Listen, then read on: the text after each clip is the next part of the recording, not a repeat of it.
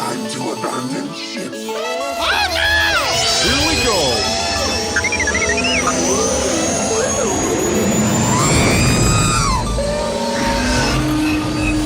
Can I persuade you to join us for a drink? It's a tradition. Here, here. Jar Jar, homie, my main man, quickly. Before the Separatists attack, get into the escape pod. Hey! This is escape, then we're the pod.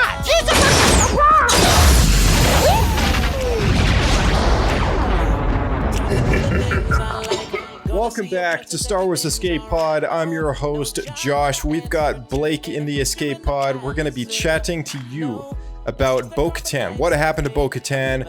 Where did she start? Where did it end? All the appearances that Bo-Katan has had through the likes of Star Wars The Clone Wars, Star Wars Rebels, novel appearances, The Mandalorian, anything that she's popped up in, we're going to chat about it, going chronologically, beginning to end, and then just talking about her character arc, what she's all about, and where she's going to go in the future with future Star Wars content coming down the road. So, let's get into Bo-Katan.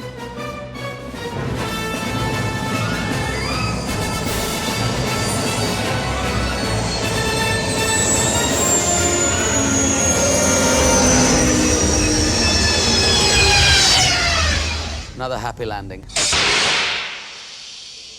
Your commitment to Mandalore's freedom is legendary, my lady. This belongs to you.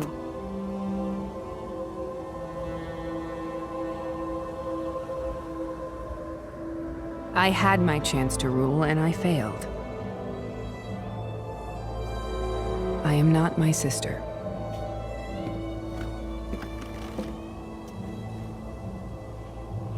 I am not the leader you seek.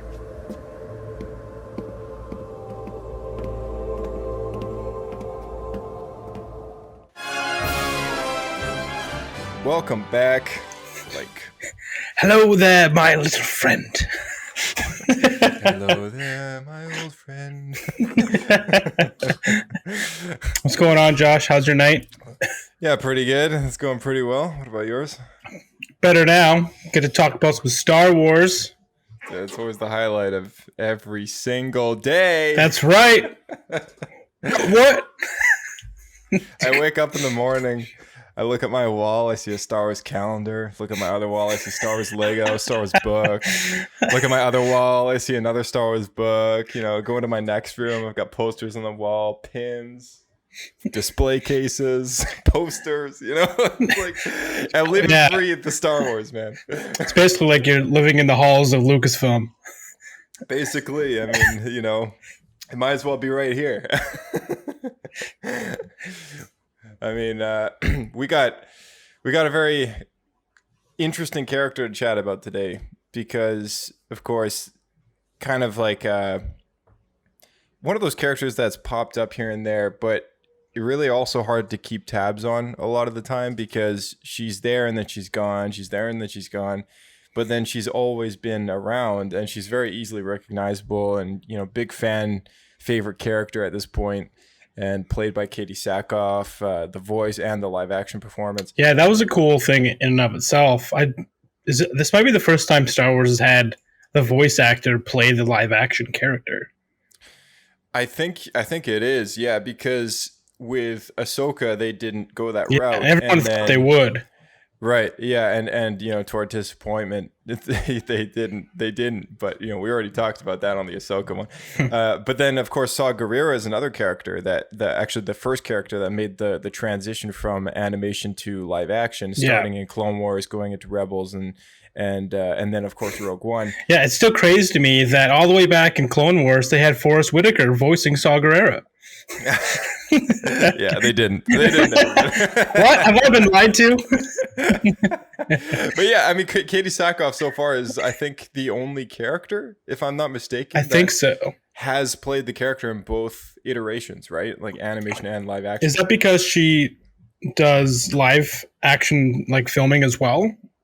I think so. I think, and there was a conversation that she had on some sort of media platform that she was giving an interview, and she said that Dave actually told her when he cast her as the character, he said, hey, look, like who knows, down the line this character could be in a movie or something. Yeah, I'm sure like in those days too, making Clone Wars, she's like, yeah, right. Oh yeah. She was totally like, this is it. never gonna happen, Dave, but I'll do it. And sure enough, it actually happened. So That's crazy. So she couldn't get over that when they were there on set, and she had her costume, and she was just so. She's one of those actors that you want them to have that role because they're so happy to have it, right? And they own that role. And so mad respects to Katee Sackoff. And she actually looks like the animated version, so I wonder if they modeled it after her. I think they did. I have a feeling they did. And I have a feeling that Dave Filoni might also be a big a fan? Katee Sackoff fan Yeah. anyways. Yeah. What else has she done outside of playing I'm pretty sure it was Bo-Katan? Battlestar Galactica, Okay. if I'm not mistaken. I'm pretty sure. Hold on a second. Let me just confirm that. Sackoff, Katee Sackoff. Her name is always so hard to spell. It's Katee. It's like I always want to do the IE, but yeah. Okay, yeah. So it was she was in Battlestar Galactica. Okay. And, It's been so long since I watched that. I never watched the whole man. thing, so At least you saw it. I've never actually yeah, sat down it and was watched it. still coming out on the air every week. Watched it Right. a handful of times at my aunt and uncle's house because my uncle was obsessed with it. It's pretty funny. Yeah, it's kind of like Stargate in the sense that there's this fan following. But yeah, TV sci-fi show kind of thing, and it's very recognizable, but also the kind of thing that not everyone's seen. So, so she's been in that very prominently, one of the main characters, I believe, as well. So, I wouldn't be surprised. That makes sense then. Also, that makes sense why Dave would be a fan, right? So Yeah, he's probably a big Battlestar fan or something. I have no idea, but I'm curious actually what all Dave's favorite different genres and series are. Well, he's a big Lord of the Rings fan. He's massive Lord of the Rings fan. I mean, that's he makes that pretty clear to fans. The books or the films, like the new ones. just Middle Earth. The whole deal. The books, the movies, and his age. He's at the right age that it would have been the books first. Okay, but a lot of people, even though they're of the age, never read the books because they're pretty dry at points, including the beginning. So that's fair. No, I think by the sounds of how he talks about the series, it seems as if he's been a fan of that franchise for a long time. Okay.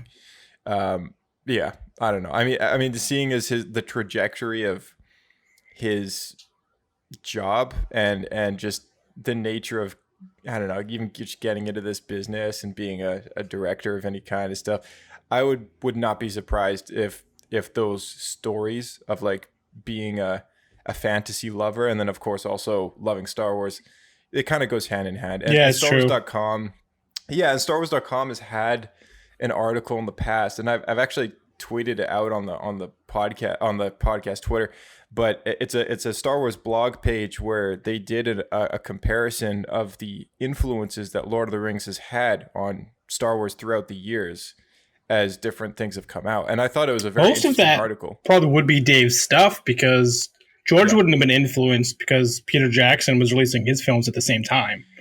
There was no, not the films, the books. Okay, and books. Yeah, and there is stuff from Clone Wars in there with Dave Filoni and some of his sketches and all that. But it does actually get into some of the things in the films that some of the story points and here and there that have some things in common. Yeah, it's been a while since Jar Jar Binks was based on Frodo, so that makes sense. Jar Jar Binks.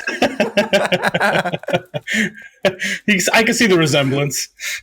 Yeah. It's they got a good thing going on there, and it's like, well, when I made Ezra, I just wanted him to be a lot like Frodo. I thought you were gonna say Aladdin. Very incompetent. Yeah.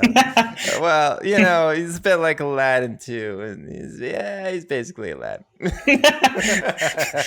I also love the idea of the pitch being the night before Dave just watched Aladdin, and that's all I could think about.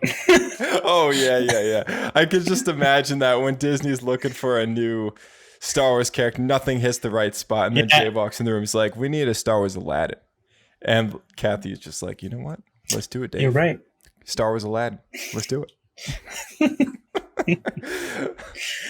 So yeah, Luke Skywalker and Frodo Baggins share many aspects of their journeys together. They're both reluctant to leave their place of origin, prodded into action by a mentor. You know, Obi-Wan, Gandalf the Grey, respectively. They're both just the hero's journey.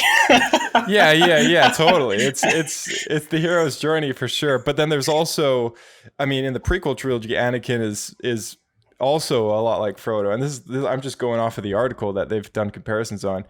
And the ending of Revenge of the Sith and Lord of the Rings: Return of the King both occur around a lava volcano. And yeah, there's a lot of things there. And they go through... Some of that seems more coincidence than pre-planned, but... Yeah. Well, they go through everything from the films to Clone Wars to Rebels. And this article was published March 13th, 2016. So this is a bit of an older article now, and you know, there is a little bit of a nod to The Force Awakens, which at the time of this article had only just come out that previous December, I guess. So yeah, but there's a little blurb here which is interesting. Filoni and the crew have long been inspired by the work of Peter Jackson too. In 2012, on the eve of the release of the first installment of the Hobbit trilogy, Filoni wrote a piece explaining the back and forth inspiration between the crew of the Clone Wars and the Lord of the Rings. And there's a second article on StarWars.com that goes into that specifically. It's called Loving the Hobbit, Building the Clone Wars. So who is Bo-Katan based on? I have no idea, but we're gonna get into Bo-Katan, which is what this episode's all about. So, Bo-Katan, a member of the Night Owls, she wore blue and white Mandalorian armor.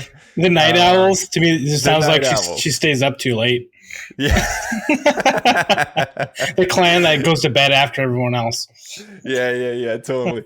Well, the Night Owls were an elite Mandalorian unit made up of various types of warriors that all fell under her leadership, and they allied with the Death Watch, which was Vizsla's clan with other people in it, I guess.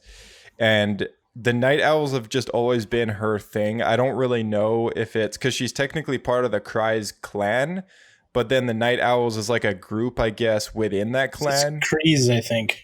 Kryze, yeah. I guess it's just like a group that follows her loyalty rather than being maybe it's just like it's like a group within a group. Like kind of a group within a group, which loyalty can change, I guess. Yeah, because clans are somewhat family based, I think. So then, like, a group could be across different families, I guess. Yeah, I guess a group like that would be. It's like we all belong to our respective families, and then a group is just like your group of friends or whatever. Yeah, exactly. Our group of friends needs a name. Nighthawks. I think the listeners should tweet at us. Yeah. Nothing that we haven't heard before. We've already got the losers. We've already got. I don't know why we keep getting all these tweets. I know, man. I walk down the street, people give me suggestions. Hey, nerd. Yeah, so that's Bo-Katan, and she's showed up in a variety of things, and we're just gonna walk through, beginning to end, and then just speculate on what's gonna happen with this character at the end of the day. So. How about we just graze through one at a time, and if there's anything notable to talk about as we summarize her appearances, then we'll just kind of get into that. Sure. So the first time we ever meet Bo-Katan as a character is Star Wars: The Clone Wars in the episode called A Friend in Need. And I should have wrote down the season episode numbers, but whatever. She fights with Pre Vizsla and the Death Watch clan. And she also meets Ahsoka and Lux Bonteri in the same episode on that planet where there's a bunch of snow and there's like a bunch of villagers that Vizsla clan is, burning up their village and taking their women and all that stuff, right? Yeah, it was a pretty dark introduction. It is, yeah, and she is definitely not perceived as a protagonist in any way whatsoever at this point. She is 100% a villain in many respects, and not even a lead villain. She was a sidekick. Yeah, she was just the sidekick, like Lady Mandalorian. Yeah, she was like the Darth Vader to Emperor, right? Yeah, and so she could be considered a terrorist at this point. She attacks helpless civilians, I think, in this episode. Yeah, what happens is I guess Death Watch had just showed up at this village, and I believe it's on Mandalore, and the villagers offered them like housing and food and stuff, and Death Watch just kind of took over and laid down their own rules and wouldn't let family members see each other, would start just stealing all their stuff. And then when the leader of the town asked them to leave, they said, sure. And the next morning, they stabbed the leader's granddaughter with a darksaber and then lit all of their houses on fire and were trying to kill all of the villagers, just execute them. But Ahsoka was there to try to stop it. Yeah, so this is where we meet Bo-Katan. Yeah, she's just killing innocents.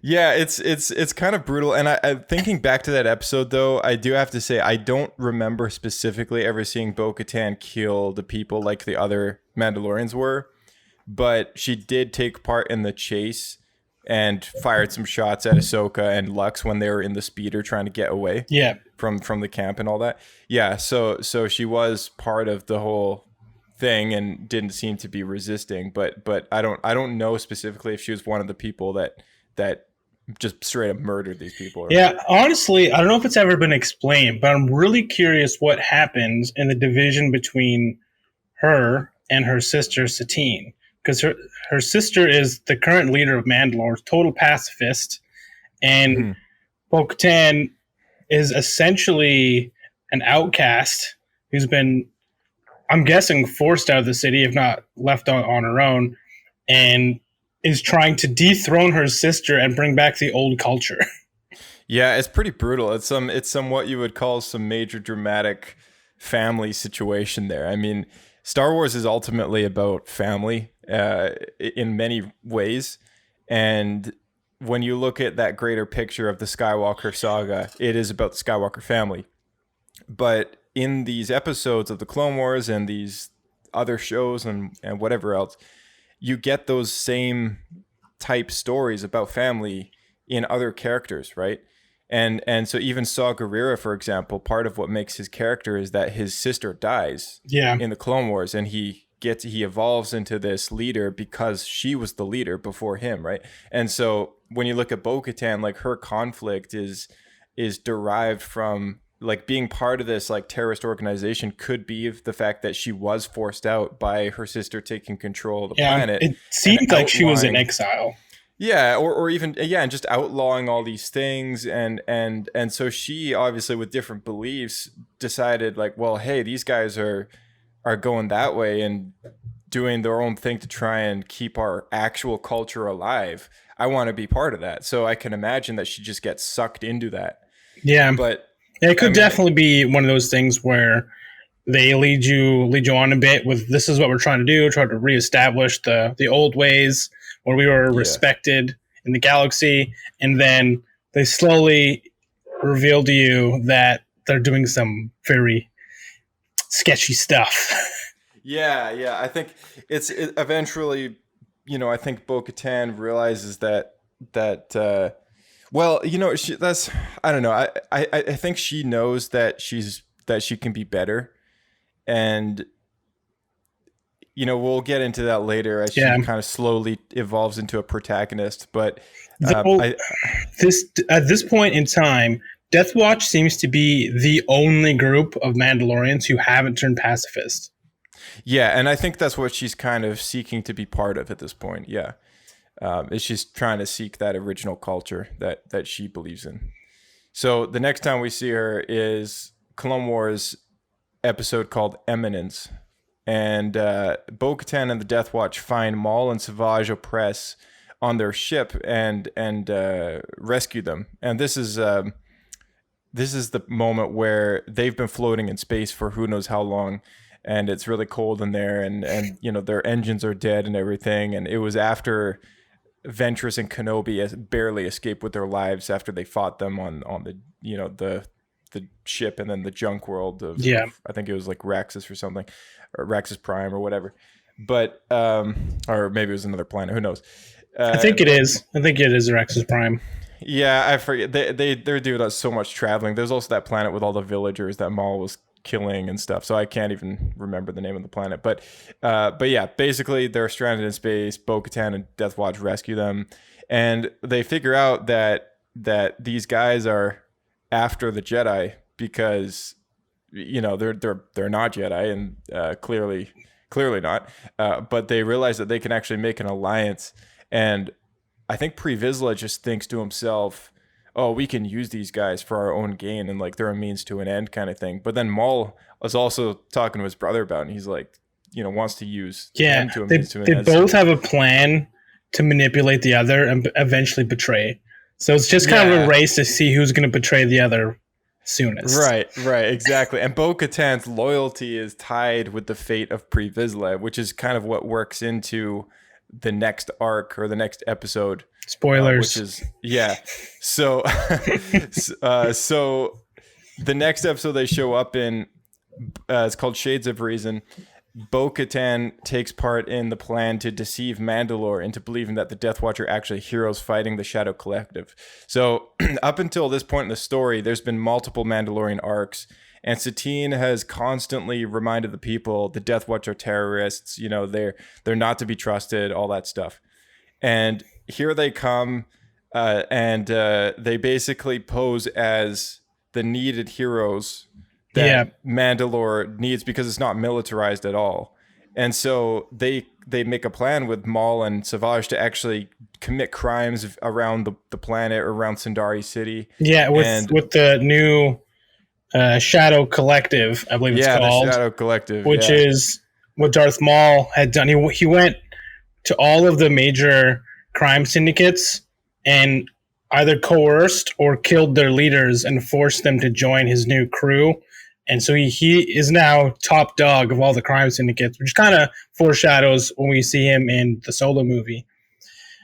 But with his new army of crime syndicates, he uses that to fake an attack on Mandalore, and Death Watch pretends to rescue everyone. So it's essentially a false flag event is what it's called, where you pretend to cause a problem to offer a solution. In a false flag event, people actually die and stuff. There's actually harm and danger that's done. But the idea is the whole thing is planned, both the attack and the solution itself. Yeah, it's that very classic extreme villain plot. It's like, let's kill people and then pretend to save them to actually make ourselves look like heroes. Like, it's a terrible thing to do. But yeah, that's basically what she takes part in because she's still with Pre Vizsla at this point. And that's the same episode. I want to point out here, though, that Death Watch shows up and they rescue everyone. So they take over power and they throw Satine in prison. And it kind of goes into the next episode as well, which I believe we're about to get into, where I should wait till you explain this next one. Then I'll get into this point because there's a certain point I want to bring up that's ridiculous. But go ahead. Oh, okay. All right. So Maul and Vizsla actually fight in this episode, and Maul comes out on top, cuts Vizsla's head off, claims the Darksaber for himself and Mandalore's rulership, and Bo and her Night Owls basically rebel against his leadership, and causes like basically a fracture, like a split, almost down the middle, maybe. And some of the Mandalorians disagree with Maul's leadership, and then the other ones actually stay with him. So now there's like half of the Death Watch basically is against the other half, and it causes like a civil war to happen on Mandalore. Yeah, and the reason why this happens is there's actually an old law in Mandalore where they follow the strongest. So what Maul did was he challenged Pre Vizsla to one-on-one combat, essentially for the throne. So whoever wins is supposed to become the new Mandalore. That's how it works. Because of warrior culture, only the strongest will rule. So because Maul beats Pre Vizsla, he technically is the new leader of Mandalore, but Bo-Katan and several others say, well, he's not Mandalorian, so it doesn't count. And so Yeah, that's why there's a split. In that scene, she calls him an outsider, and she Yeah. says, "No outsider will ever rule Mandalore," and then she just puts up a big fight. So, yeah, it's. I guess this is her turning point, realizing she's just gotten too far. Yeah, there's too much corruption involved. Yeah. She realizes that she's just been on the wrong side, you know. So that gets into the next episode. I want to point out, because what happens after that is Maul goes and he reinstates the previous prime minister who was arrested for being corrupt and like poisoning Almac, for like poisoning children with cheap juice. And I'm just watching this arc because it goes so quick. It's 2 episodes, right? Where it goes from Satine to Pre Vizsla to back to Almanac, who was previously in power but was taken out for corruption. The people of Mandalore, each time there's a transition, like, oh, okay, this is what it is now, and they don't question anything. And there's another ruler again, like 2 days later. It's like, how simple can you get? Like, obviously something's going on. That's because they can't do anything about it. Like they're not militarized. There's like no weapons allowed in the cities. Yeah. Right? Like it's just so helpless, the scenario. But I partially blame the animators because both scenes where the new leadership takes over, it's in the same area on Mandalore. Where, it must be in front of the Parliament building, and then there's a big crowd of people down below. And the people's faces are always like super happy, like, oh, this is going to be good. Oh, yeah. And then like 3 days later, then the corrupt prime minister takes over, and they're like, oh, yeah, this is what it is now. What a good day. Just ridiculous. Right. So the next episode and the last one in this arc is called The Lawless. And there's a short story in the new book called Star Wars: The Clone Wars, Stories of Light and Dark, which adapts this episode into a short story of some kind, and I believe she's involved in it. But in the actual episode that the short story is based on, Bo tries to help Satine escape from prison, which actually fails, and Satine is actually killed by Maul when Obi-Wan arrives to try and save her, and he's lured into a trap. And Bo-Katan helps Obi-Wan escape after that whole thing has been resolved, and tells him to tell the Republic to about the takeover of Maul and all that stuff. And when he says that the Republic will likely invade the planet, Bo-Katan replies that Maul will die and Mandalore will survive because they always do. And Obi-Wan realizes that Bo-Katan is the sister of Satine, which he didn't know before, because I guess there's so much bad family blood going on. I think this might be the first time it's revealed to the viewers as well. It is, yeah. It is. I think it's always kind of possibly hinted at, but it's not really clear until he finally says, like, you know, Satine was your sister, wasn't she? It wasn't, you know. It's so funny because the voice actor, he actually nails it, the line to be exactly the same as when Ewan McGregor is talking to Natalie Portman. Yeah. They're talking to Padme. The pregnancy. Yeah. It's like, Anakin's the father, isn't he? I'm so sorry. Yeah, it says the exact same thing to Bo-Katan here. I'm like, oh, that's pretty funny. They could have just lifted the clip and put it in. It was really well scripted and then executed as a voice actor as well. I mean, I've said this before, but one of the biggest missed opportunities about some of the lines in the films were not always pinpoint to what they could be in, you know, in the original films. Like I when got Anakin a bad says, feeling about this. Well, it's like when Anakin says to Obi-Wan, like, I don't make me kill you. Like it's such a bold line, but it sounds so much better if he said, "Don't make me destroy you," because that's the line that Vader. Yeah, Vader did. Yeah, I agree. I don't know why they changed it. I don't know why they changed. I don't know. I mean, George wrote the script, but like, I mean, it's kind of a missed opportunity. It is. That's too bad.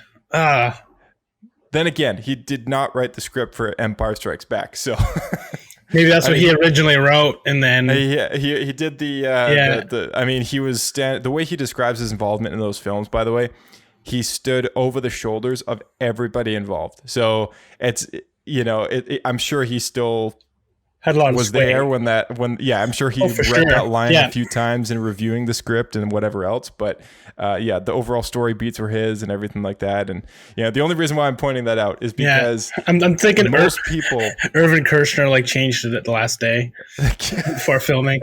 right, or maybe James Earl Jones just We just said something else. in the voice studio. Maybe that could be it. I told George, this line, it's a bit awkward. I think I'm going to change it.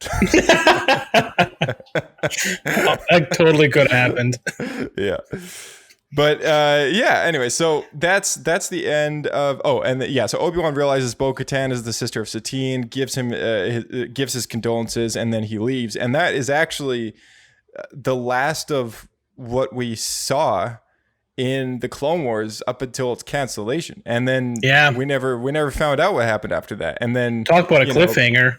Oh yeah, totally. So what is with Bo-Katan and cliffhangers? I know, right? So what is it with that? Katee Sackoff. Dave, what are you doing to us? I'm sure it drove her nuts, not her too, yeah. She probably has no idea what's gonna happen. Yeah, exactly. I mean, she's as much a fan as we are. So hey Dave, what's going on with my character? Oh, we killed Joff in the background. In between seasons. Yeah, you're dead.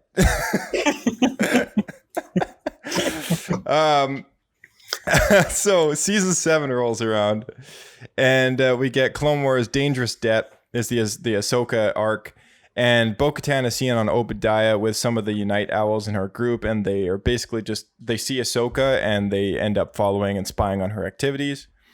And then in the Clone Wars Together Again episode, Bo-Katan approaches Ahsoka at the end of the arc and asks her about helping her take back Mandalore, reaching out to the Jedi for assistance. Bo-Katan has knowledge that Maul is back in the system again, because it's important to remember that, I mean, this is also in reference to our Maul What Happened episode. Maul has not been constantly on Mandalore. Like at the very end of Maul's arc in that Lawless episode we just talked about, he's captured by Palpatine and taken off world. So there is a period of time that Mandalore is just in chaos with no leadership. Just Almanac. Yeah, and Almac's there. Well, yeah, Almac is there, I guess. But yeah, it's chaos because there's Mandalorians fighting Mandalorians, and people don't know what to do. And a little Death Watch thing going on. Yeah, and Almac is just a puppet of Maul, and Maul is now in prison, and there's that whole arc with the Son of Dathomir comic where he escapes and this and that and whatever else. So there's a big chunk of time that goes by until he's back on Mandalore again. So that's kind of what's important about that line of Bo-Katan actually knowing that Maul is back in the system again, because he was off world for a good chunk of time there. Did you notice? Because I didn't know that Bo-Katan's group was the Night Owls, and Ahsoka has an owl that follows her everywhere around. Yeah. Think that was Dave making a connection, or is that just coincidence? I think Dave isn't sharing with us his full list of favorite animals, because we only know that he's got an obsession with wolves. Yeah. But I think he's keeping the owl one pretty low key. Also, loth cats. He's got a thing with cats too. Yeah. Cats, dogs, and owls. That's right. It pretty much covers it all. Well, that's the 3 food groups, so you got all you need there. Yeah, that's right. So we go to the next episode, where it's called Clone Wars Old Friends Not Forgotten. Bo-Katan had been trekking Maul for several months, and after approaching Ahsoka, they basically contact Obi-Wan and Anakin, meet up with them, share some info, and Ahsoka had been able to obtain some transmission codes from the Pikes on Obadiah when she was there, which she helped pinpoint some of his previous locations and confirm as well that, he's back on Mandalore.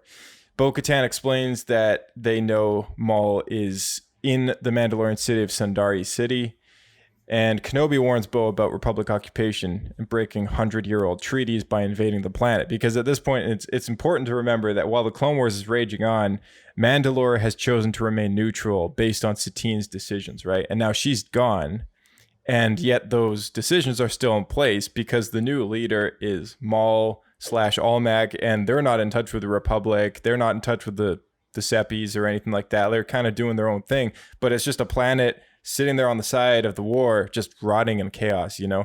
And so it's kind of a crazy time. And Kenobi's like, well, we got this big, like massive war going on. Like, I mean, we can't just come over there and, you know, wreak havoc, guns a-blazing, and take your planet under Republic occupation. Because they don't have the troops at this point, I wouldn't think. They're spread pretty thin. And this is very close to the assault on Coruscant.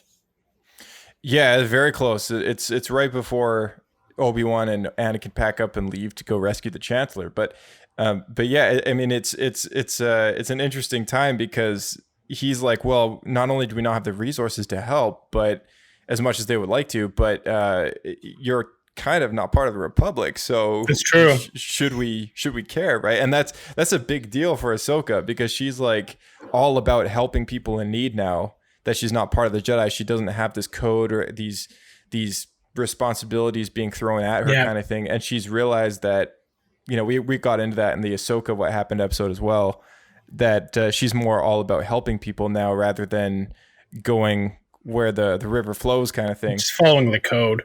Yeah, where the council points or demands or whatever, right? And so even though they're not part of the Republic, like she has this obligation, she feels this like strong need to help Bo-Katan and the Night Owls take back their world. So Anakin gifts her half of the 501st and Rex and everything, and they team up with Bo-Katan and launch an assault on the planet. And Bo-Katan even fights with Almec hand-to-hand combat and subdues him in this episode as well. That was a really good episode. Like that was the kickstart to the finale arc of the Clone Wars. Yeah, it was. And I did not know that Almec could even fight. I know, and it was actually pretty sweet to see him fully dressed in armor. Like it was a really short fight, but for like an older guy, like it just, to me, I was like, oh wow, like this is a Mandalorian right here. I mean, he's like maybe a 60 something year old guy, maybe. Yeah, and everything we've seen up to that point, he's wearing Greek robes. He doesn't even wear pants. Right. So you think he'd be pretty unfit, kind of a decrepit old man. I'm pretty sure he wears pants though. Nope, robes only. So he's free flowing under there, man. It's Commando style, quite comfortable. Yeah, embracing the ways of the Scottish. That's right. Yeah, even his armor though, when we see it here, it's very Roman in its design. It says like a lot of like gold etching on it. Yep. Yeah, it's pretty cool actually. Like just the way that he's got his I don't know, just to have a suit like that in this day and age. Maybe he just has a new one made, or maybe it was his from or his family's from years ago or something. I love that there's so much diversity now in the Mandalorian armor. You know, just instead of everyone being Boba Fett. Yeah, because of course it was either a Death Watch thing or just the fact that they had very few models to work with on the show, the Clone Wars, that is.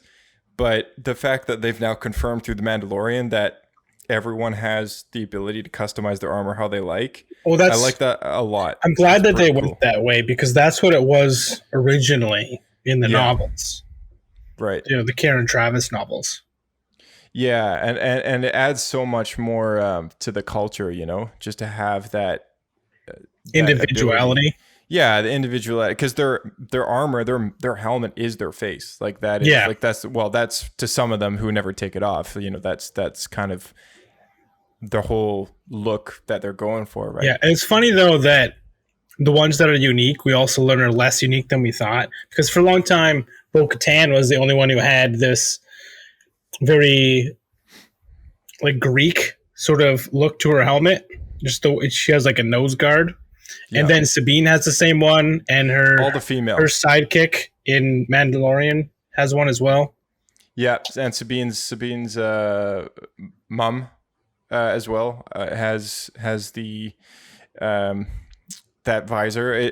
I think it's common amongst the feminine warriors of like the Mandalorian. That makes sense. Culture. Yeah, it seems to be because you can't really tell anything with a helmet. Yeah, exactly. I think it's just a way to kind of for them to stick out a little more, I guess. I'm not entirely sure, but it just seems to me that anytime that that a woman character or a female has showed up in Mandalorian armor, they've had that visor. Mhm. So yeah, it's just a consistency thing, I guess. But so 2 more episodes of Clone Wars, and then we'll have you start chatting about Rebels and Mandalorian here. So Clone Wars, the Phantom Apprentice, Bo aids in the war effort, questions Almec, and he's actually assassinated by Gar Saxon. And Gar Saxon's a character that shows up in Rebels later on. But he's actually working for Maul and Maul's side of the war at this point.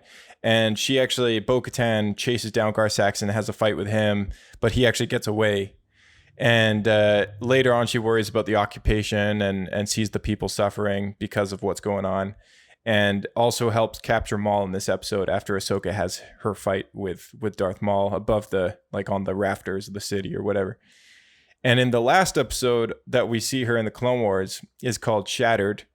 And Bo admits that she never understood Satine's idealism in this moment, where one of the last moments we see her, which is at the beginning of the episode. And Bo-Katan and Ursa Wren, which is actually Sabine's mother, who is one of the Night Owls of Bo-Katan's clan, or her group, I guess, not clan, escort Maul in an encased force-proof capsule to the Republic cruiser. And this capsule is the last one in existence because according to Bo-Katan, her sister Satine outlawed all of them. They were all destroyed, along with many other things, probably of their warrior culture. But there was one kept, and this one is used to escort Maul to the cruiser, which is, I thought it was interesting that the Mandalorians made a force-proof capsule. And it makes sense because the old Mandalorian wars, they were fighting against the Jedi.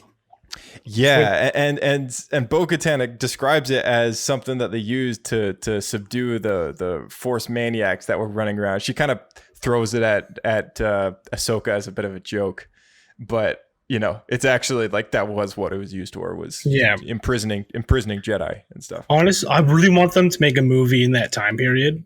We actually get the Mandalorian wars. Where's the Mandalorians fighting the Republic and the Jedi, but the Mandalorians were being manipulated by the Sith. It's a pretty interesting time period. Oh man, the old Republic in general, just such a great era, and I hope once this whole New Republic and High Republic eras are taken care of, that they do end up going back there to I hope so too. I think they're going to step on a lot of toes and bother a lot of fans of the Tour online series. Probably. As long as they don't get rid of KOTOR, I'm good. Just keep revving. That's all that matters. Yeah, exactly. So that is the last time that we see Bo-Katan in the Clone Wars, which then leads to Star Wars Rebels.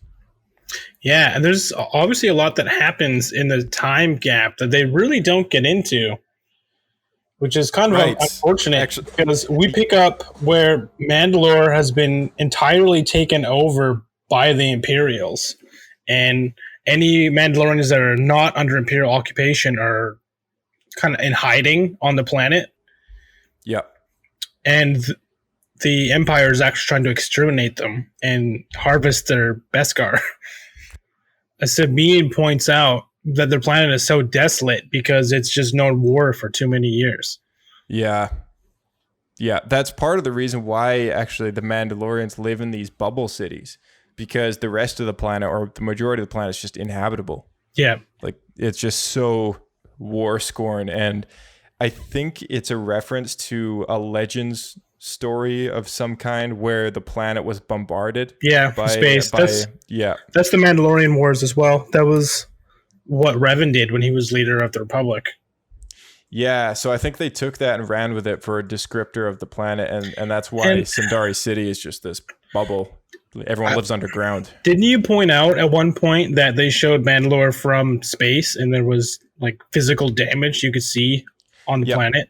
Yeah, there's definitely chunks and just big gouges, spotches. Yeah. So almost like giant meteor craters, but basically just looks like a less cratered moon. Okay. Yeah, that makes sense. Yeah, you can tell something happened for sure. But so they got to get into that. That's pretty cool. Yeah. Anyway, keep going. So we finally catch up to Bo-Katan pretty late in Rebels. I think it's actually season 4, so we don't really see anything about her at all to this point. But there is a missing story pre where she shows up, because along the way, Sabine actually gets the Darksaber. She finds it at Darth Maul's altar, I believe. Yeah, this was an episode that that happened with the Rebels crew. I think in season 3, I believe it was. Yeah. So Sabine ends up with the Darksaber, which is really important because that really plays into what happens with Bo-Katan. So Bo-Katan shows up to help Sabine Wren rescue her father from the Empire, and in the process, the Empire reveals a new weapon that is a prototype, and it's revealed that Sabine actually had designed it. And this weapon uses the Mandalorian's own armor to kill them, but has no effect on any other troops. So what it essentially does is it just sends out like bolts of electricity that are attracted to Beskar and nothing else, and it instantly vaporizes any organic material within the armor and leaves the Beskar completely fine. So I guess Sabine had created this just to see if she could when she was part of the Empire. But then when she found out the Empire was actually going to build it, she sabotaged all the designs so they couldn't, or so she thought, and they managed to rebuild it, but not at full capacity. And so, needless to say, all the other Mandalorians are very upset with Sabine at this point. Sabine and Bo-Katan then decide they're going to infiltrate into the Imperial engineering firm and blow up the prototype and delete the designs and the research of the weapon. Sabine wants to turn the machine against the Empire to use it on Stormtrooper armor only, so it won't kill anyone but the Empire. But Bo-Katan convinces her not, saying it would not be honorable and make them no better than the Empire. So I think this is an important point for Bo-Katan, where it actually is showing that even though she is still a warrior, Mandalorian warrior, she does have honor. And I think that actually is a pretty kind of showing the direction of the arc from when we met her, where she was essentially a terrorist. Yeah, it's a good point. Like, she starts off in such a different place, and now at this point in the story, it's just she's just done a complete 180. And yeah, I think it's. I mean, she's been through a lot, especially her planet. We've seen it be taken over by corruption and Sith, and you name it. And this is also. I mean, between the Clone Wars and Rebels, this is around 16 to 17-ish years, I would say, after the Clone Wars happened. So she's also aged quite a bit. Yeah. And through that entire time, I've been seeing her people being exterminated on Mandalore by the Empire. Yeah. After being pacifists. So they're probably all unarmed, and the Empire just comes in and starts wiping them all out. And so those that were able to get away went back to the traditional ways because they didn't have a choice. Right. So that's it's just interesting how it all kind of works out. So I think from where we first see her, she's very hungry for adventure and for fighting. At this point, she's hungry for blood. Yeah. When we meet her, and at this point, I think she's realized that that's kind of it's a goal that is going to lead nowhere. Yeah, for sure. I think she's finally kind of adopted some of what Satine was going after. Yeah. And yeah, I'm trying to pronounce Satine over Sabine. They're so close. Yeah. It's so similar. But yeah, I think she's finally kind of, because where we leave her character off in the Clone Wars is that's why I added that in, is that she admits she never stood Satine's idealism, right? But now, I mean, you flash forward like 17 odd years or so, and I think she has begun to realize what that idealism was about, except Satine was a very extreme go-getter after being a pacifist, right? So I think it's all about that Star Wars principle about finding the balance. Yeah. And I think Bo-Katan has realized, no, we do have to stick up for ourselves, but we don't need to be as bad as our enemy. Like, we don't need to be them, basically. Otherwise, we're no better than what we're fighting. So No, it's so true. And it is all about balance. yeah. The Bendu. Yeah. The Bendu. Okay, so back to the story of this episode. Bo-Katan and Sabine, they successfully blow up the Imperial facility and destroy the plans. And returning to their base, all of the different Mandalorian clans decide to swear their allegiance to Bo-Katan, believing that she is the proper ruler of Mandalore. A lot of them already thinking this because she is the sister to Satine. And the rest of them, after seeing what she's been doing to try to save Mandalore through the many years of the Empire, they all swear allegiance, and Sabine gives her the Darksaber. And I think is at this point where... No, I guess it's been happening through Clone Wars as well. The Darksaber itself has become kind of a symbol to the person who is Mandalore, who is the leader of the Mandalorians. And so Sabine gifts that to Bo-Katan, kind of like finalizing everyone swearing allegiance and her becoming the new Mandalore. Yeah. So this to me is the biggest weird gap that happens because we don't see her again from this point until we meet her in Mandalorian. And by then, she again is missing the Darksaber. Yeah, and this is so Rebels, where we leave her off. This is I would say about what was the episode? Was that season 4? Season 4, episode 1 and 2? Yeah. Or yes, the first two. Okay, so season 4 of Rebels, I think, takes place like 2-ish years before A New Hope and Rogue One. So if you add in that 2 years or so, roughly, whatever it is, plus the amount of time in the original trilogy, which is about 5 years, I think, or 4 years or so. I don't know. It's around there. Yeah, I think there's maybe three between. It's 3 between 4 and 5, and then 1 between 5 and 6. So like 4 years. And then you add in the 5 years gap between Return of the Jedi and The Mandalorian season 1. You know, we're looking at another roughly 10 years or so that we haven't seen her, right? Yeah. So another big time gap where, you know, stuff's happened. And you're talking about Moff Gideon. What he was talking about with the eradication of the Mandalorians, we don't know if that was before the Rebels arc or after. Right. Yeah. We don't know if it's before or after, but we do know that his involvement with getting the Darksaber would have been after what we see in Rebels. Yeah. But yeah, I mean, it's one of those things that the events could have done a bit of an overlap and you know, who knows, right? There's definitely a story to be told there. I'm quite curious what happened. Yeah, for sure.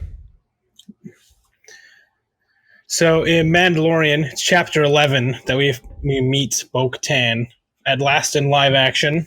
Very exciting. A lot of us are looking forward to that. Big moment. Yep. So Mando is on Trask searching for Mandalorians after getting a tip. He gets duped by some pirates who are about to kill Baby Yoda or Grogu. About to kill Grogu and him when Bo-Katan and some Mandos show up and rescue them.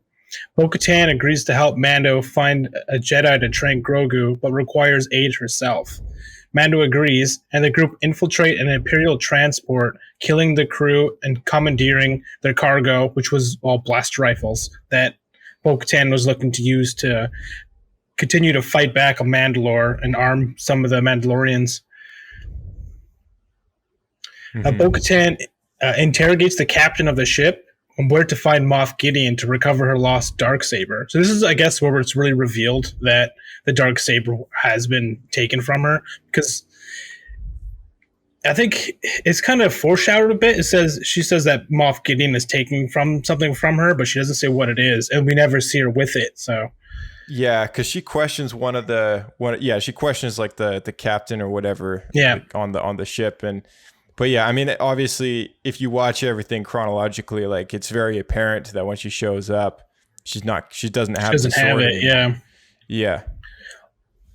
And that actually makes even more sense because a lot of people were wondering why Gideon had the Darksaber, because it was already revealed that he has it. Yeah, it was. Right? It was revealed in the season 1 finale. Yeah, season 1 finale, like the after credits scene. Yeah. So it was a bit of a tease there. Yeah. So while we waited for season 2, a lot of people speculated that we would get Bo-Katan showing up, or and at this point there were the live action Ahsoka rumors, and a lot of people probably thought she was dead, and that's why Gideon had it.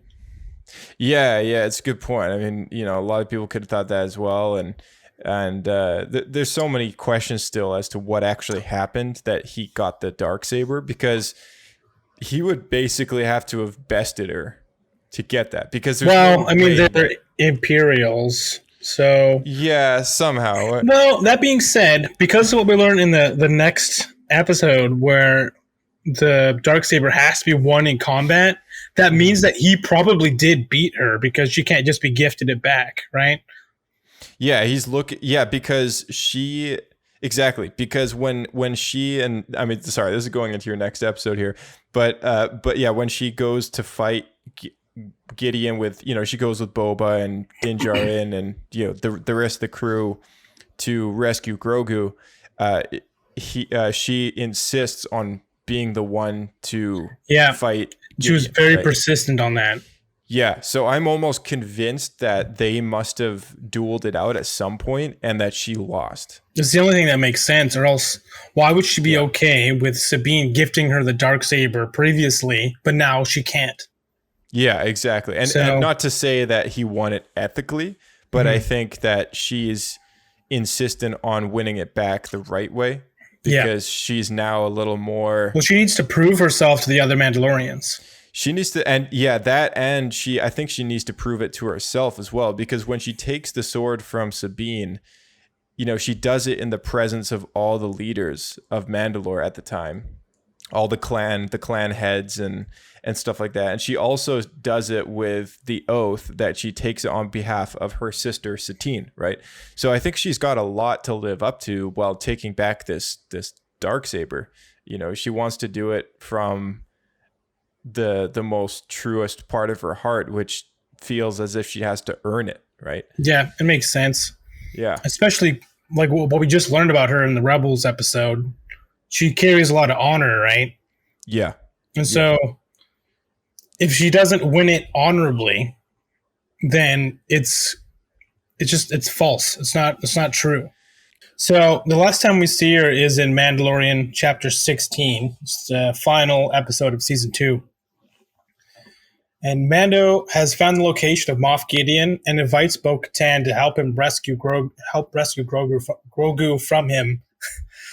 She agrees, but says that Gideon is hers and hers alone.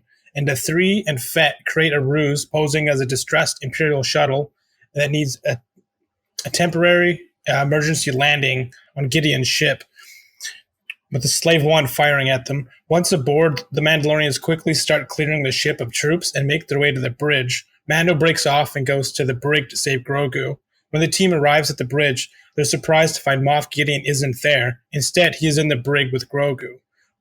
Mando is forced to defend himself against Gideon and beats him into submission, but leaving Gideon alive. Arriving at the bridge with Grogu in one hand and the Darksaber in the other, Bo-Katan is taken aback. Gideon laughs and points out that Mando is now the true owner of the Darksaber and thus Mandalore. Mando tries to give Bo-Katan the saber, but due to honor is unable to take it, thus leaving Mando as Mandalore unless they fight.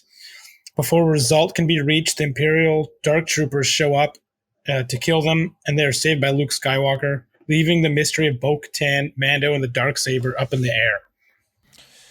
Yeah, well said. So I think one of the biggest things about this whole Darksaber ownership thing, a lot of stuff going online about this, people saying, well, she took it from Sabine, so why couldn't she take it from Din Djarin, right? But I mean, personally, I've always thought it all comes down to just that honor part of her that she just needs to like earn it back because it was taken from her like that. I think it also depends a lot on how it was taken, because if Moff Gideon beat her in a duel that was actually 1-on-1 in combat and he won it, she can't just be gifted it back, because that's totally false.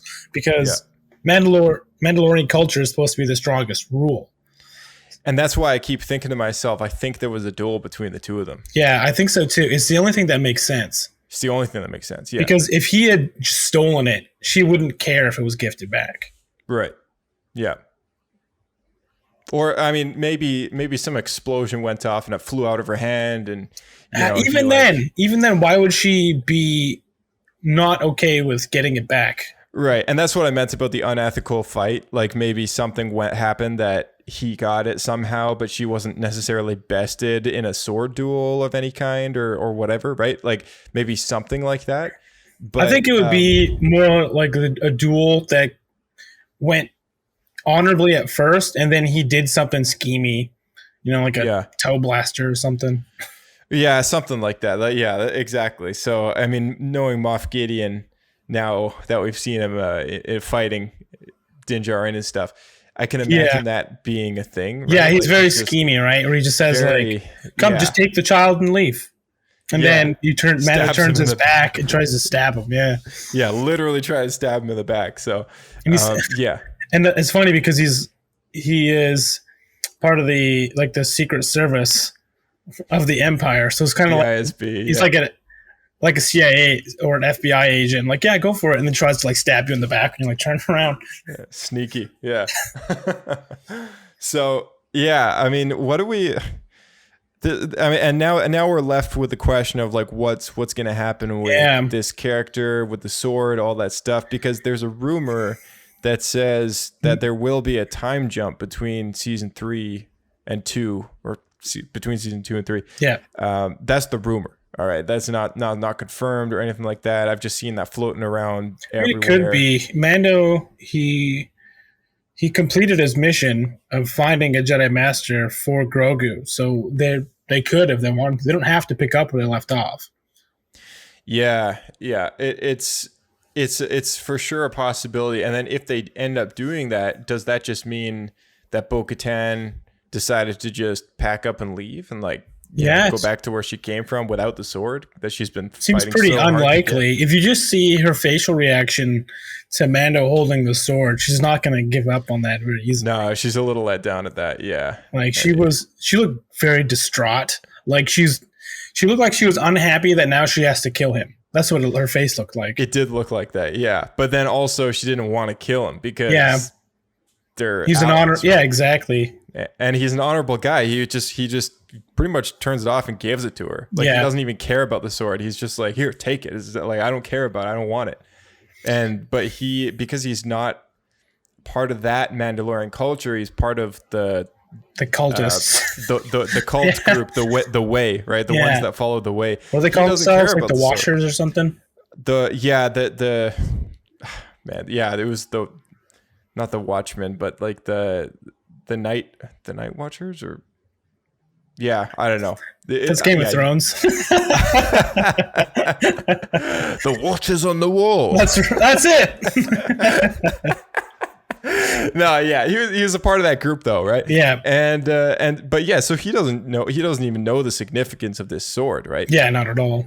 And he couldn't care less. He's like, here, take it, but she doesn't want to take it because she's got to earn it. So it's very. I wonder though if this was. So the old Boba Fett novels. Yeah, he inadvertently becomes the leader of Mandalore. And get the title of Mandalore. So I wonder if what they're going to do is just take that exact storyline, but instead of it being Boba Fett, it's going to be Din Djarin. Yeah, I mean, there's definitely a good possibility that, and more now that we've seen him taking his helmet off, he's falling away from the way. Yeah, right. This is not the way. He keeps on doing things, and this came up with his character quite a bit with season 2. And just the beliefs that he follows and stuff. And Ben Bill Burr. Bill Burr's character. He asks him. He just grills him about his helmet. Yeah, because he really points out, like, is it that people can't see your face, or is it you can't take off your helmet? Yeah, exactly. And he's like, well, like, do people even, like, why should you care, right? Like, I mean, so I don't know. He's got his big spiel that he goes on, but I think it leaves a lot of doubt in Din Djarin's head as to why? Well, why does? I still think what's going to happen, and I thought it was going to happen in the finale of season 2, but it didn't. Is when Mando got his face scanned for the approval on that computer, I bet that data wasn't stored there. It's probably on like the whole network, right? Yeah. So they probably have the Empire has a facial scan of his face, and I think they're gonna post it like across the entire galaxy, and that's gonna really blow his "I didn't show my face" thing out of the water. Right. Yeah. Maybe he'll be forced to put the helmet back on again. No, well, it's not like technically he'll be kicked out of his group. Unless they just don't know what he looks like. Well, they're gonna know it's him and not his name on it. Like, I feel like that's a story point they're gonna eventually. Yeah, it's possible. It's possible. That being said, most of their clan is dead except for the blacksmith, so maybe it doesn't matter. Yeah. What's her name? Not the mechanic. She's got a name. The armorer. That's it. The armorer. Yeah. So Viking lady. Yeah, exactly. So with Bo-Katan, I mean that's the full story. That's beginning to end. All her appearances through Star Wars, and I mean, there's a good chance we'll see her in Mandalorian season 3. But do you think that we're gonna get appearances of her in possibly Book of Boba Fett? Yeah, or Ahsoka? I think for sure Ahsoka, because there's already a connection there, and I wouldn't be surprised at all about Book of Boba Fett, because they'll probably have all the Mandalorians in that at one point or another. It's interesting, like, how all these shows are going to tie together, like, I'm very curious, and this is obviously thinking a whole season away on 3 different accounts, because of course we'll have Ahsoka, Mando, Rangers of the New Republic, and the Book of Boba Fett. Wait, did I say that one already? No. Ahsoka, Mando, Book of Boba Fett, and Rangers of the New Republic. The 4 shows. The 4 shows are all going to merge into one, what Kathleen Kennedy described as a cinematic conclusion. Almost an Avengers-like conclusion. Yeah, so I can picture it being kind of like how Marvel did their Netflix shows. Like we had Daredevil, Jessica Jones, Luke Cage, Iron Fist, and even Punisher and stuff. But then we all kind of like had this merger show called The Defenders, which kind of threw them all together in this one mini series, right? So maybe we'll get something like that going on, or maybe we'll even have something one step up from that. Maybe we'll actually get a movie. I think that's the way she worded it. It sounded like a movie. Yeah, which begs the question, if it's going to be a Star Wars movie like that, like what kind of things can we expect from this movie? It's because it'll be the first movie to take place in the New Republic era, right? Like, I don't know. A lot of people are thinking Heir to the Empire, like cinematic style. That'd be like cool. Heir to the Empire. What if? Because what if it's a big lead up, and then in the final movie, they go to the place between spaces, and they change the course of history so the sequel trilogy never happens. You bring that up every time. Yeah, man, you set it up. I could be talking about the Gobi Desert, and somehow you'd find a way to bring it up. I just think that'd be funny. But no, like actually though, that whole world between worlds place though that popped up in Rebels for anyone listening. It's in the Ahsoka design, which is weird. Yeah, it is. So it's a possibility that we might be filled in on some of this spiritual journey that she was supposedly been on, like in that whole gap of time that we didn't see her after Star Wars Rebels finale season 2 up until the flash forward scene where we see her post Return of the Jedi. Looking for Ezra. Yeah, looking for Ezra and stuff. So I mean, what's gonna happen there? No idea. But I mean, it's interesting to like going through all these characters, talking about them one by one. It's crazy to think how much content's coming our way as far as like live action Star Wars goes. We've honestly, it's had its ups and downs. Of course, there's things that we've liked and disliked as the years have gone by since the Disney merger. But I mean, I feel like in general, as fans, we've just been spoiled with this plentiful kind of like. And I think we're really starting to hit our groove too. Like I think Disney has learned from the mistakes that they've made, and they're moving forward with stuff that's the fans are liking a lot more in tune with. For sure. Yeah, and the quality seems to just be getting better and better. So it is, yeah, and you know, and I know we've already covered so much about this new era that they're building, the High Republic, but even with that, which they're doing in a very safe manner, keeping it to strictly literature and comics and all that, right? And then eventually they'll get to doing a show, The Acolyte, but it's nice for them to take those early steps because, you know, going out into open waters like that, it's like there's no content they're basing anything off of. There is the Legends, the EU stuff that they could kind of reference from, but if they're not building off that, then what are they doing? With the sequel trilogy, they just went kind of balls to the wall and just freaking made them. Yeah, and there's a huge time gap, and they just kind of made it up as they went along. Exactly. It's a whole new era. In fact, it's two eras according to their new timeline. You know, this is the New Republic era. They've called that a whole separate era, the Rise of the First Order. And it's like they didn't pre-plan anything. They just did movie to movie to movie. And I think they've learned their lesson at this point. It's funny because they are approaching this new era, in the prequel era, you know, the opposite way. They did the sequels. Totally 180. And I do kind of get that because when they made the sequels, there was all this hype around it. You know, they're making a sequel to a movie that came out 40 years ago. Yeah. And so they were very tight-lipped and they didn't say anything about what was the galaxy like at that point at all until the movie came out. No one had any idea. Right. And now they're putting all these books out, so they're kind of giving everyone a taste of a little more understanding of what is actually happening, and then they're going to lead into a movie. Yeah, and it's nice to see them do that with a brand new era like the High Republic. I mean, an era that like this one, like the New Republic, though, with the Mandalorian and all these other shows, it's got so much previous content from the previous era to kind of build off of, and that's something that the sequels didn't really have. Like they went through this huge time gap and then decided not even to base any of the plot off of the previous films at all. Like they just decided to do something completely different. Yeah. So whereas with these shows, like they're so heavily ingrained with the animated series and with the films. I mean, you know, we had young Luke Skywalker show up at the end of season 2 Mandalorian. Like that was an unbelievable experience. Like that was so screen, cool. You know? Yeah, I'm so glad I they decided jumped out to do of my that. seat when I saw that. I was blown away. Yeah, a lot of us at this point didn't believe it would ever happen.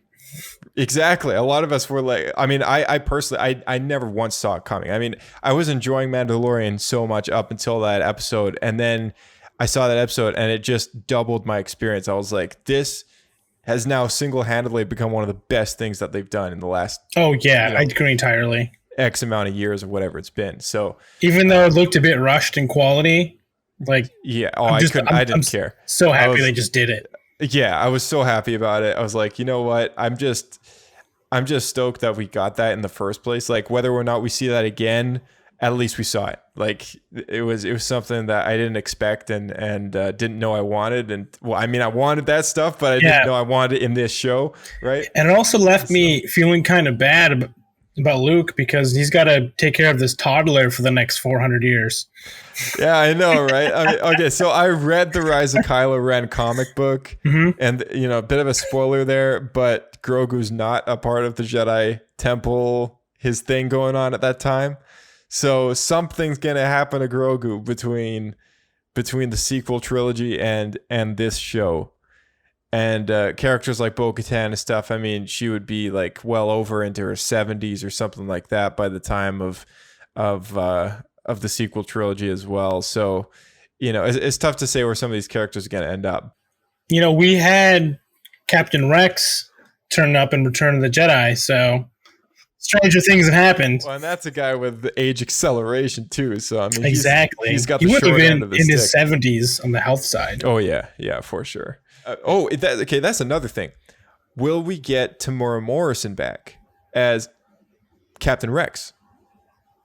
Not, I mean, Tamora Morrison's back as Boba, right? But like, will he play Old man Rex. old Rex or something, right? Like, are we going to see that? That would be interesting, because the Rex that we get in the Rebels show is really fat. He's a bigger guy. Could you imagine the being Tamara Morrison and having to go back and forth between Rip Boba Fett and Fat Rex? Doing 2 shows. I honestly, after seeing Endgame and what Chris Hemsworth did with his bodysuit, they do bodysuit. They could do it for sure. And he's not even that big of a guy. Like, I mean, his belly. He had Rex had to take out the bottom half of his armor so his belly could hang out. That's right. Yeah, that's right. He was like a grandpa. Yeah, grandpa belly. He had like a bigger belly going on. Right. Yeah, that was pretty funny. I don't know, man. Like that'll be interesting. That would be really funny to see, because of course, I was watching a movie earlier today. I was watching Speed 2, because I watched Speed with Keanu Reeves earlier this week. Sandra Bullock, great movie. And so I decided to watch the sad sequel, which nobody likes. And Sandra Bullock's in it. Keanu Reeves not. Somebody else, came in, plays a different character to replace him. But Tamora Morrison's actually in this movie as the captain, or the first officer of a cruise line ship, right? And he's a pretty young guy. I didn't know that was him, because I watched that movie so long ago. 1997. This is, what is that? 5 years before Attack of the Clones came out. So it's around the same time that, he looks young, and almost looks as young as he did in Attack of the Clones, which they intentionally put fake scars on his face and everything like that, right? But he's a young guy in that film. So yeah, I mean, but he plays a very different character. Like you just don't recognize him as the grizzled, fat person that he plays in Star Wars. So I feel like for him to play Captain Rex as like this old kind of clone with a bit of old man, happy jiggle about him, it would be funny to see. Pretty jolly. Yeah, he's pretty jolly as Rex, as an older age guy, and still battle scored, but he's still got that old man vibe about him, which is very friendly. Yeah. So yeah, it would be cool to see him play a character like that. It'd be neat. I'd like if they did it. They'd have to make him look older than he is, I guess, because Boba Fett never had the gene acceleration. Right. Yeah. Yeah. Exactly. Yeah. I mean, he's unaltered. So they would have to age him more than what he is as Boba Fett. Right. Man, talk about getting the perfect role, because you get to play a million characters. I know, man, right? I know. So, man, just the paychecks that are inbound if you play that guy. Oh man! And after all this time, I'm sure anyone who was fairly iffy or critical or anything when the special editions came out about Tamora Morrison replacing the original, Jeremy Bullock's voice as Boba Fett. At least it's a continuity standpoint now, because we see him after the original trilogy at this point again. So, I'm really happy that George forward thought, about that kind of thing, and how cool it was it's a missed opportunity, honestly, that we didn't get Hayden as a Force ghost in the sequels, because that was also something that was set up that could have been continued and just wasn't taken advantage of. So, I mean, all these little things, it's like, at least they're, again, fixing that mistake, and they're bringing him into the Kenobi series. Well, it is funny, because they swapped out Force Ghost Anakin to be Hayden Christensen, and then they didn't use Force Ghost Hayden Christensen in the sequels. But it was already set up to do it. Exactly, that's what I mean. I mean, George set it up, being a forward thinker, and then when it came down to that carrying on the torch scenario, they just didn't carry on the torch in that regard. So it's nice, though, I mean, to get back to what you were saying about how this is a new trajectory for a lot of this Star Wars Disney content. I mean, they did a full 180 with not only planning how they're doing these stories, but taking consistency and like actually doing something about it. Yeah. So things like recasting or not recasting Boba Fett again, or just using Tamora Morrison as that character, or bringing Hayden in to play Darth Vader in Kenobi. They didn't do that for Rogue One, but now they're doing it, right? So what's the deal? I mean, like, are they just, because they could have chosen the guy to played him in Rogue One, right? Like, why didn't they ask Hayden to do it in Rogue One? It was because it was a couple of years ago. They hadn't learned from their mistakes yet. So, yeah, that's true. Yeah. Yeah, I don't know. I think the Rogue One part was difficult though, just because they wanted someone with David Prowse's build. They did. Yeah, they did. So I mean, it wasn't really that inconsistent, really. No, I guess so. I mean, I don't know how clunky the costume was for Hayden to do in Revenge of the Sith, but that was him in the costume in Revenge of the Sith. The difference was the camera angles. It was also him in Empire Strikes Back in the reshoots, because they did some reshoots for the scenes where they put in Palps's face into the hologram, where they replaced the crazy monkey face, right? I didn't know that was Hayden in there.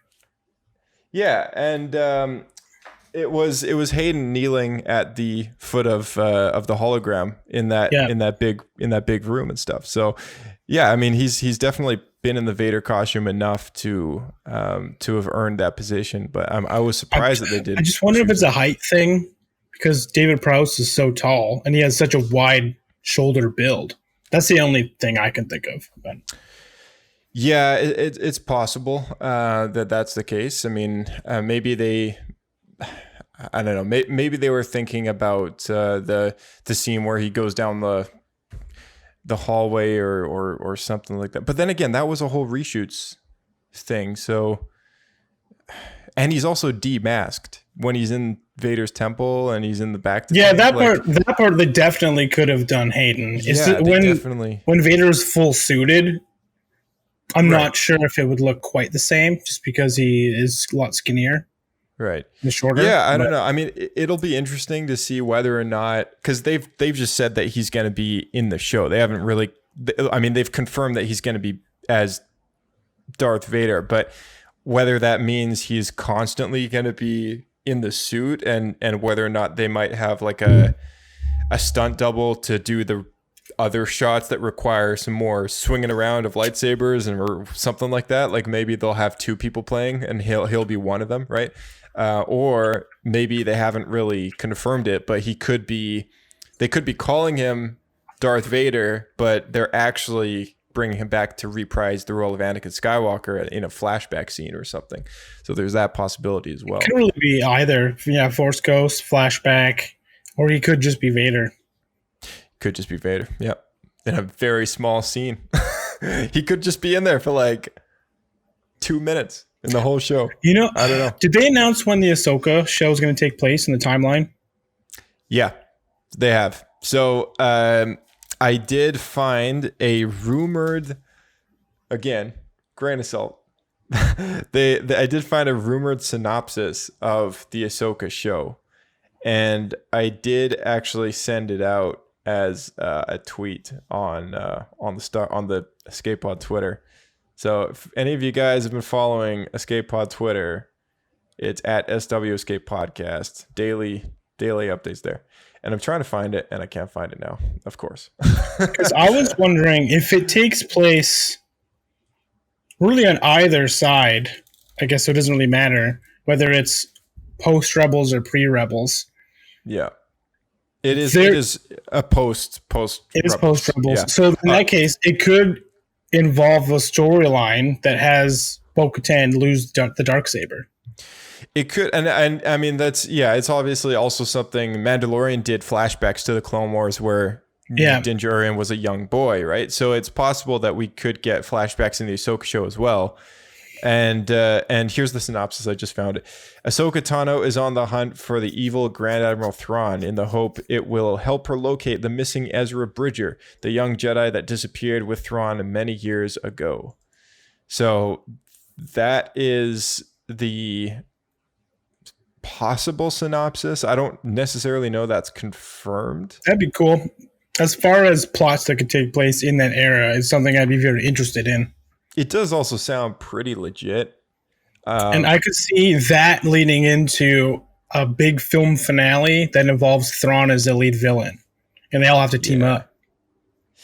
Yeah, and okay, here's another thing about all this Thrawn stuff, and so what's funny, we keep making comparisons between Ezra and Aladdin, but what's more crazy is that the actor who plays live action Aladdin is now being fan casted or rumored to be the same actor that will play Ezra Bridger in live action. So Aladdin is going to be playing Ezra in the show, possibly. I mean, I don't know if this is confirmed or not. Again, grain of salt. I kind of want that to happen because you can do supercut edits between Aladdin and Ezra. Oh yeah, totally. A whole new world. A long time ago. So he put out an Instagram post that said, "Hey, just so you know, when I escape, I won't hurt any of you." It reads. And so as noted by Kessel Run Transmission's Twitter account, this is a direct quote, as it was said by none other than Ezra Bridger in an episode of Star Wars Rebels. There was virtually zero chance that it is by coincidence. It seems, at the very least, that Masood is very aware that he is in the discussion of playing the part of Ezra Bridger. So, there you have it. Yeah, I just wonder if Lucasfilm would think it's a little too, on the head, Is it too obvious then they just ripped off Aladdin? I think it's too late. Inspired by Aladdin. Oh man, it's too late for that. I mean, everyone knows it. Everyone knows it. Might as well just embrace it at this point. Just give it a big hug. Just give it a big hug. Cast the character as Aladdin. What's that? Street rat.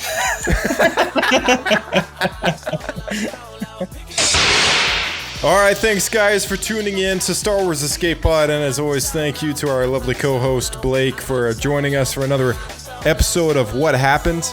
And you can look forward to many more of these types of episodes in the future. We're going to be covering a lot more of the characters that have showed up in The Mandalorian, and we'll eventually expand to going beyond those characters to some of the characters that just showed up in the films, because of course there is comics and novels that they have showed up in, and we'll do the same kind of context that we did with Darth Maul, and we'll hopefully get it to you in a more condensed format like how Bo-Katan was featured today. But we obviously, Bo-Katan, with her very limited appearances, we end up filling some of the time with some of that other chat and speculation on this future Star Wars stuff that we're gonna get from Disney Plus down the road and all that stuff. So so much to look forward to. But all right, so the best way to help us out is always by leaving a 5-star review or leaving anything at all, even if it's a couple nice words down below on the Apple Podcasts app, if that's what you're using, or on Podchaser or anything you can find. Even sharing the show with a friend, it really helps bring in new audience members, and we just like to expand our audience. It's always nice to see this show expand the listener base, even though it's non-profit. And any donations, of course, there's a link to World Vision down in the description below. So guys, thanks for tuning in, and as always, may the Force be with you. We'll catch you next time again right here on Star Wars Escape Pod.